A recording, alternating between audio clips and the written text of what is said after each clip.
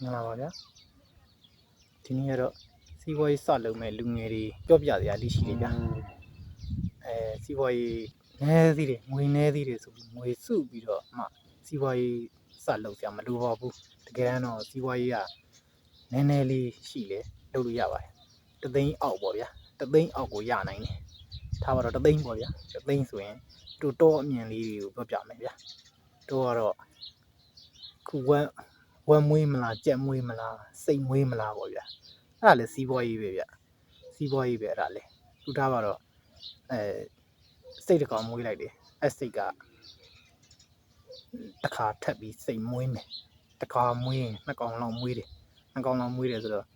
အဲ့နှစ်ကောင်ကနေနောက်ထပ်မွေးမယ်ပေါ့ဗျာအဲ့လိုနဲ့စီးပွားရေးဆိုတာကြီးလာတာပေါ့ဗျာတော့အမြင်လေးပေါ့ဗျာမြို့မှာဆိုရင်လည်းမြို့အနေထားနဲ့စီးပွားရေးလုပ်လို့ရတာတွေရှိမှာပါဗျာရင်းနှီးနည်းနည်းလေးနဲ့စလို့ရပါတယ်ဗျစီးပွားရေးကတော့စီးပွားရေးပဲဗျလူမွေးနဲ့တော့ရောလို့တော့မရဘူးကျန်းမာရေးတို့နဲ့လည်းမရောရဘူးပညာရေးတို့နဲ့လည်းမရောရဘူး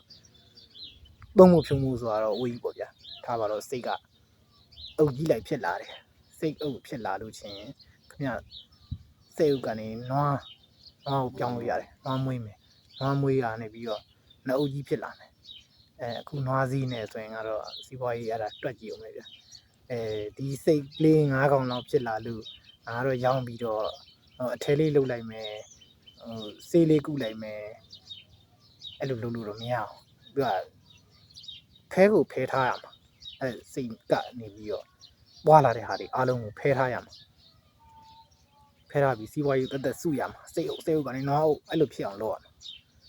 စိတ်လေး50កောင်ရလာလို့ရောင်းပြီးတော့ငါတော့ဗာလေးလုပ်လိုက်မယ်အဲ့လိုကတော့မရဘူးသူကမွေးလာတဲ့များစိတ်တွေအကုန်လုံးကိုစိတ်အုပ်ကြီးဖြစ်အောင်ထားရမှာစိတ်အုပ်ကြီးကနေပြီးတော့ခင်ဗျနွားအုပ်ကြီးပြောင်းရင်နွားအုပ်ကြီးဖြစ်အောင်လုပ်ရမှာနွားကလည်းအကောင်